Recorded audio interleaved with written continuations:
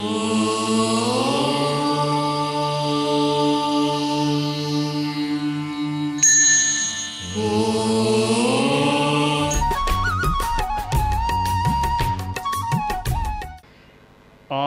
वाङ्मय में कहा गया है, इह लोग पारत्त हियम जेणम गच्छइ सोग्गइम बहुसूयम पज्जुवा सिज्जा पुच्छजत्थ विनिच्छयम। एक सन्यासी एक गांव में आया। साधक व्यक्ति था, गृहत्यागी था, शास्त्रज्ञ भी था, व्यवहारज्ञ भी था। गांव में चतुर्मास का कालमान निश्चित कर दिया गया कि चतुर्मास इसी गांव में करना है। तो व्यवस्थित रूप में प्रवचन कार्यक्रम भी शुरू हो गया। लोग भी अच्छी संख्या में बाबा का प्रवचन सुनने के लिए आते। वैदुष्यपूर्ण उनका व्याख्यान, कथा, दृष्टांत, श्लोक, दोहा, तथ्यात्मक बातें और फिर बीच बीच में गीत से संबलित उनका प्रवचन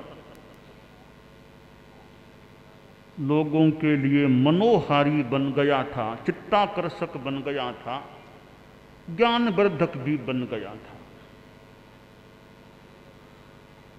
संत जो ज्ञानी पुरुष होते हैं उनसे कुछ ज्ञान मिल सकता है। शास्त्रकार ने कहा कि बहुश्रुयम पज्जुवा सिज्जा, बहुश्रुत की पर्युपासना करनी चाहिए। एक होता है अल्पश्रुत, अल्पश्रुतम श्रुतवताम परिहास धामे। अल्पश्रुत के पास थोड़ा ज्ञान होता है, कोई कोई तो लगभग अश्रुत भी हो सकता है जिसके पास खास ज्ञान है ही नहीं धर्म संबंधी। एक होता है बहुश्रुत, जिसके पास बहुत ज्ञान होता है, अनेक ग्रंथ पढ़े हुए होते हैं और कुछ अपनी प्रज्ञा से प्रसूत ज्ञान भी बहुश्रुत के पास हो सकता है। तो बहुश्रुत व्यक्ति का महत्व होता है। उत्तराध्ययन में तो एक अध्ययन है बहुश्रुत पूजा, बहुश्रुत की पूजा आश्रय। तो बहुश्रुत की पर्युपासना करनी चाहिए और बहुश्रुत से प्रश्न करके अर्थ विनिश्चय भी करना चाहिए। क्यों करना चाहिए अर्थ विनिश्चय, क्यों बहुश्रुत की पर्युपासना करनी चाहिए? शास्त्रकार ने कहा, इह लोग पारत्त हियम, कि बहुश्रुत की पर्युपासना करने से यह लोक इस जीवन में भी हित होता है और पारत्त परलोक में भी हित हो जाता है। एक हमारा यह जीवन है और इसके बाद में भी जीवन संभव है। जातस्य ही ध्रुवो मृत्यु, जन्मा है तो मृत्यु निश्चित है, मृत्यु है तो संसारी अवस्था में वापिस जन्म भी निश्चित है। बहुश्रुत से ऐसा ज्ञान मिले कि इस जीवन में भी हित हो सके, इस जीवन में भी आदमी शांति से रह सके, इस जीवन में भी कुछ अच्छा काम कर सके और साथ में परलोक भी सुधर जाए, यह लोक भी सुधर जाए, परलोक भी सुधरे, परभव में भी अच्छी गति मिले, अच्छे कुल में जन्म लेने का मौका मिले और अगले जन्म में भी धर्म की साधना का अवसर मिले। तो इहलोक हित परलोक हित दो प्रकार के हित हो जाते हैं। इहलोक हित इस जीवन का हित और परलोक हित आगे के जन्मों का या भविष्य का हित, इस जीवन के बाद का हित। उस हित का ज्ञान बहुश्रुत साधु से प्राप्त हो सकता है और मरने के बाद आदमी सुगति को प्राप्त कर सकता है। इसलिए बहुश्रुत की पर्युपासना करनी चाहिए। बहुश्रुत ज्ञानी साधु होता है, यानी संतों की संगत होती है, बड़ी लाभदायी हो सकती है। संस्कृत साहित्य में कहा गया, जाड्यम धियो हरति सिंचति वाचि सत्यम मानोन्नतिम दिशति पापमपाकरोति चेतः प्रसादयति दिक्षुतनोति कीर्तिम सत्संगति कथये किन्न करोति पुंसां सत्संगति कथये किन्न करोति पुंसां। कि सत्संगति क्या क्या लाभ नहीं देती, क्या क्या नहीं कर देती मनुष्यों के लिए। जाड्यम धियो हरति, बुद्धि की जड़ता का हरण कर लेती है सत्संगति।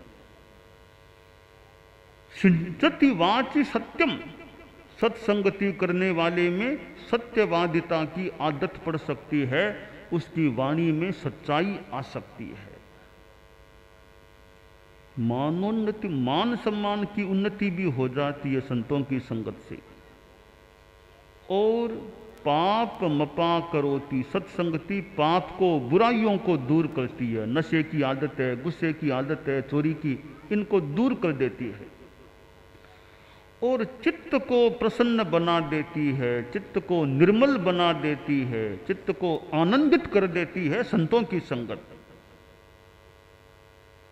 और दिक्षुतनोति कीर्तिम, दिशाओं में जगह जगह उस आदमी की सत्संगति करने वाले की कीर्ति भी फैलती है। तो सत्संगति से कितना लाभ होता है। सन्यासी जी प्रवचन करते थे। एक युवक एक दिन प्रवचन के बाद निकट आया, बोला, बाबा एक मन की मुराद भावना है। बोलो क्या भावना है? कि बस एक भावना है, एक दिन मेरी झोंपड़ी में आपका पगला हो जाए। बस बोले एक मिनट के लिए भी आप आए, मेरी झोंपड़ी में आप आ जाओ, मेरे मन की मुराद, मन की इच्छा पूरी हो सकेगी।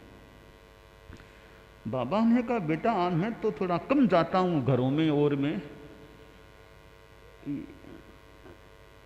कुछ अवस्था भी है, 70 पार का हूँ, तो ऐसे भी कुछ थकान भी आ जाती है ज़्यादा घूमने से। तो ये घरों झोंपड़ी में जाना मेरे लिए मुश्किल है।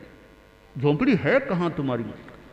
बोला, बाबा थोड़ी दूर है, एक धोरे पर है, धोरा चढ़ना पड़ेगा, धोरे के ऊपर मेरी झोंपड़ी है।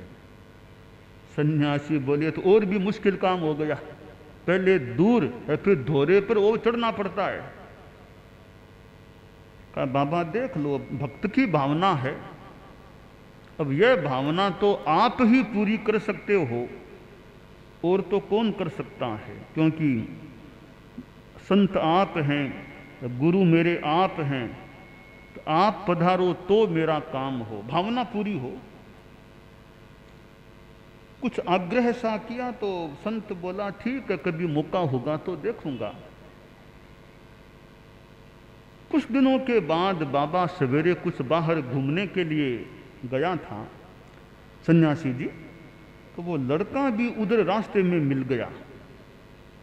बोला, गुरुदेव आप काफी दूर तो पधार चुके हैं, थोड़ा सा और आगे इधर बढ़ेंगे तो मेरी झोंपड़ी भी आ जाएगी।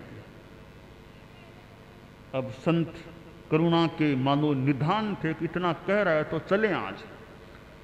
मनोबल था संत में, चले। धोरा आ गया, अब धोरे को भी पार करना, चढ़ना था, तो ही बाबा धीरे धीरे थोड़ा विश्राम लेकर भी ऊपर चढ़ गए। उसकी झोंपड़ी में पधार गए, छोटी सी कुर्सी पड़ी थी, उस पर बैठ गए और कुछ लड़के से पूछा क्या करते हो, कुछ माला जप करते हो या नहीं, नशा तो नहीं करते, कुछ बात शुरू की। बात हो रही थी, लड़का बीच में भूं भूं जोर जोर से रोने लग गया। संत ने कहा रे क्या बात है, रोते क्यों हो, कोई इतनी खुशी हो रही है या और कोई कारण बात है?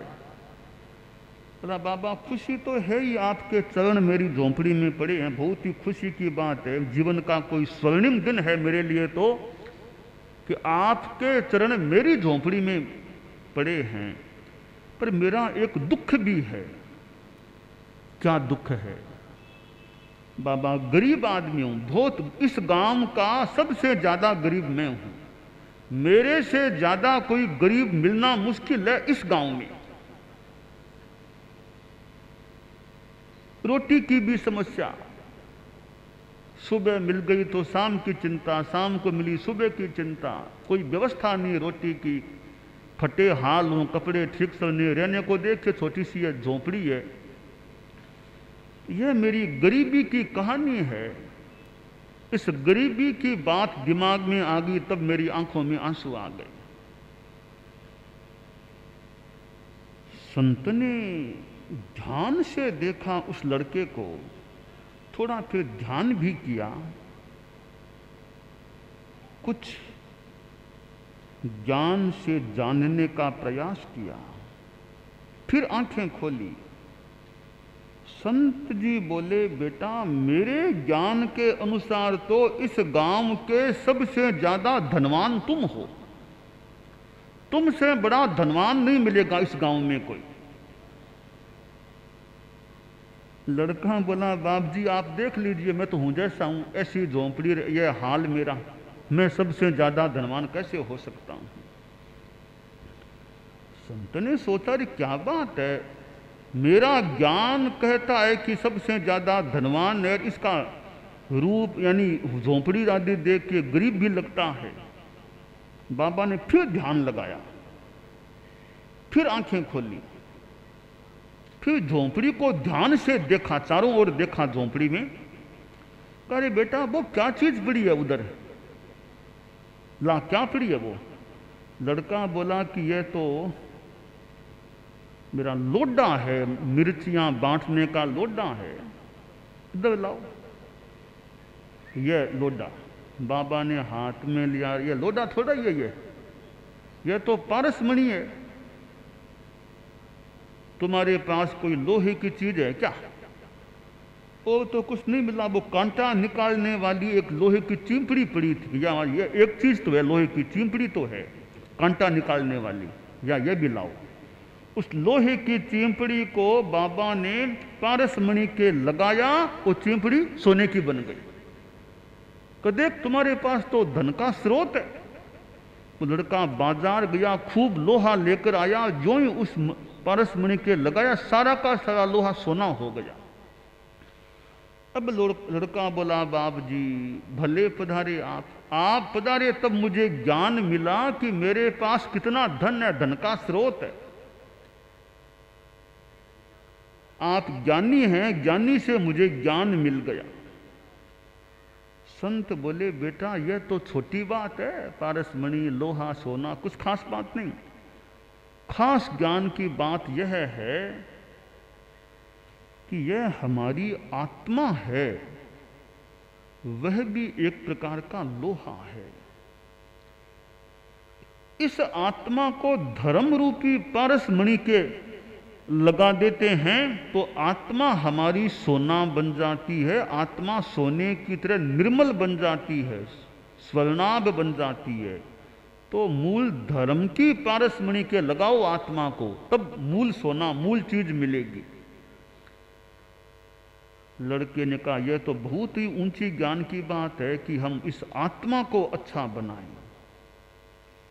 और आप जैसे ज्ञानी संतों का हमारे गांव में प्रवास हो रहा है, तो आज तो मेरी झोंपड़ी में भी आना हो गया। आशा करता हूँ जरूर मुझे और ज़्यादा बोध मिलेगा, और ज़्यादा साधना का मौका मिलेगा, और मैं अपनी आत्मा को भी निर्मल बना सकूंगा। संत ने कहा, देखो निर्मल बनाना है आत्मा को, पहली बात बताओ, यह नशा तो नहीं करते हो ना, शराब गुटखा आदि आदि। बाबा जी आदत तो है कुछ करने की, तो इसका त्याग कर सकते हो? कि हाँ बाबा जी आपका आदेश कर सकता हूँ। खड़ा हुआ, जिंदगी भर के लिए नशा करने का त्याग कर दिया। बाबा ने कहा, झूठ बोलते हो नहीं बोलते? बाबा झूठ तो गृहस्थ हैं, बोलते हैं। कि प्रयास यह रखो, झूठ नहीं बोलना, चोरी नहीं करना कभी। कि ठीक है मैं कोशिश करूंगा कि जहां तक हो सके झूठ बात न कहूं किसी को, या चोरी भी कभी न करूं, ईमानदारी का जीवन जीऊं। और गुस्सा कभी कभी आता तो है, कि प्रयास करो, गुस्सा नहीं करना चाहिए, आदमी को शांति में रहना चाहिए, गुस्से में लाभ नहीं। मैत्री भाव रखो, शांति रखो। कि बाबा प्रयास करूंगा, आपका उपदेश है। ऐसी कुछ बातें बताई, और लड़के ने संत की बातों पर ध्यान भी दिया। जीवन अच्छा बन गया, आत्मा अच्छी बन गई, जीवन में त्याग संयम की चेतना की जागरणा हो गई। बहुश्रुत पुरुष होते हैं, ज्ञानी संत होते हैं, वे ज्ञान की बात बताते हैं, और बहुश्रुत साधु ज्ञान की बात कभी न भी बताए, उनके दर्शन करना भी अच्छा, उनकी पर्युपासना करना भी अच्छा। तो जिंदगी में कभी संत का, त्यागी संत का मौका मिले, बहुत अच्छी बात होती है। एक घड़ी आधी में पुनि आध, तुलसी संगत साध की हरे कोटि अपराध।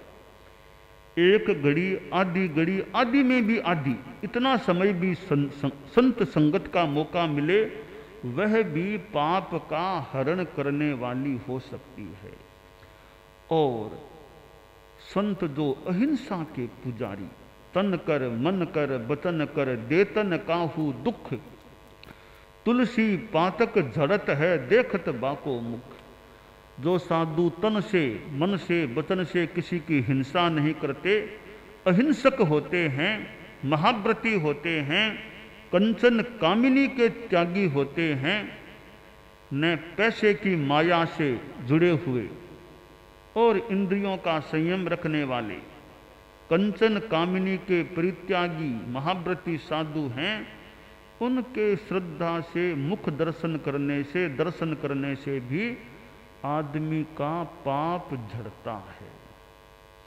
तो संतों का समागमन गांव में होना बहुत, गांव के लिए भी अच्छी बात होती है। सुत दारा अरु लक्ष्मी पापी कभी होय, संत समागम हरि कथा तुलसी दुर्लभ दोय। एक पापी आदमी के घर में भी संतान बेटा हो सकता है, औरत हो सकती है, पैसा हो सकता है, परिवार हो सकता है, परंतु संत समागमन होना और हरि कथा, भगवान की धर्म की कथा को सुनने का मौका मिलना, ये चीजें दुर्लभ भी और महत्वपूर्ण होती हैं। तो हम अपने जीवन में ज्ञानी साधु बहुश्रुत की पर्युपासना करने का और ज्ञान प्राप्त करने का, और ज्ञान प्राप्त कर जीवन को, आत्मा को अच्छा बनाने का प्रयास करते रहें, करें, यह अभिलषणीय है।